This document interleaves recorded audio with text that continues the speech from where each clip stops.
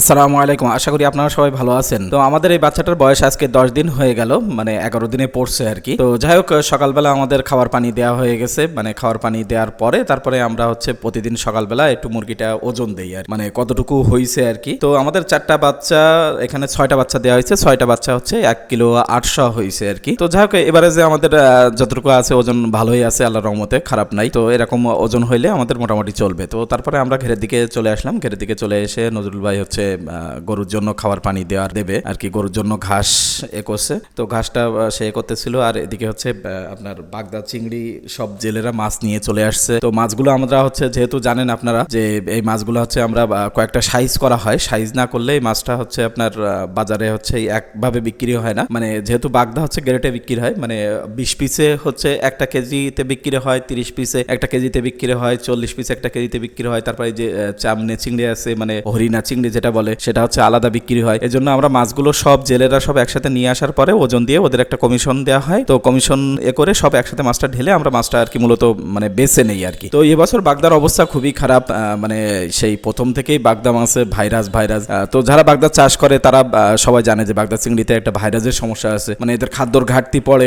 যেহেতু আমরা আপনারা জানেন যে কোনো ধরনের ফিড কিংবা কোনো সার এই ধরনের কোনো খাদ্য আমরা দেই না, মানে যেটা ঘেরের ভিতরে যে ন্যাচারাল খাদ্য আছে সেই খাদ্য থেকেই আর কি এই বাগদা চিংড়িগুলো আমাদের দিকে হয়। তো যাই হোক, এটা আল্লাহরও একটা রহমত, মানে ঘেরের ভিতরে আল্লাহ এমন ধরনের কিছু শ্যাওলা দিছে যে শ্যাওলাগুলো আপনার মানে যেটা আমাদের দিকে ঝাঁজ বলে আর কি। তো এই শ্যাওলাগুলো এমন হয় আর কি, মানে সেই শ্যাওলাগুলো আর আপনার কেটে কেটে কেটে কেটে রেখে দিতে হয়, মানে বাঁচতে হয়। আবার যখন বড় হয়ে যায়, পানির উপরে উঠে যায়, তখন নষ্ট হয়ে যায়। তো বেছে বেছে দিলে ওইটা যখন বেছে বেছে আপনি যখন মানে স্তূপ করে রাখবেন, তো রাখার পরে ওইটা মানে পচে যাবে, পচে যেয়ে ওখান থেকে একটা খাদ্য তৈরি হয় আর কি। ওই খাদ্যটাই মূলত আর কি মাছে খায়। তো যাই হোক, মাছগুলো আমাদের আড়তে নিয়ে যেতে হবে, এই জন্য মাছগুলো গোছায়। আবার আমাদের রাস্তা তো জানেন যে খাল পার হয়ে তারপর রাস্তা করতে হয়। কিছুদিন আগেও আমরা গরু নিয়ে খুব একটা কলে পড়ছিলাম, তো সেই জন্য আমরা মাছটা ওইখান থেকে বয়ে নিয়ে আবার আপনার ভ্যানে করে নিয়ে মাছটা বাজারের উদ্দেশ্য আর কি রওনা হচ্ছি। প্যাকেটগুলো মূলত ভালোভাবে বেঁধে নিচ্ছি। তো যাওয়ার পথে আর কি গরম গরম সিংড়া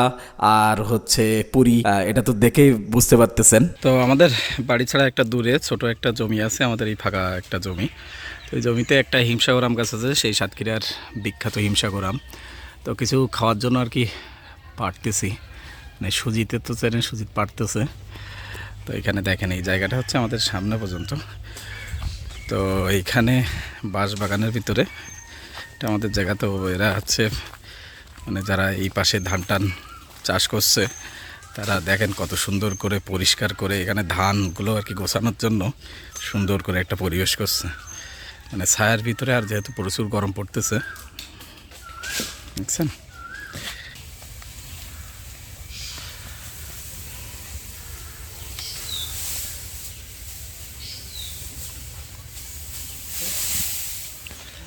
মাম্মা একটু পানি আনো মা।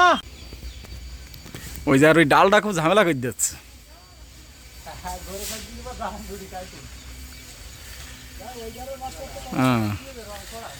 হিমসাগর রং ছড়া মতন দেখি, মানে একটু কালার রয়েছে আমের, ওইরকম দেখি কিছু পার।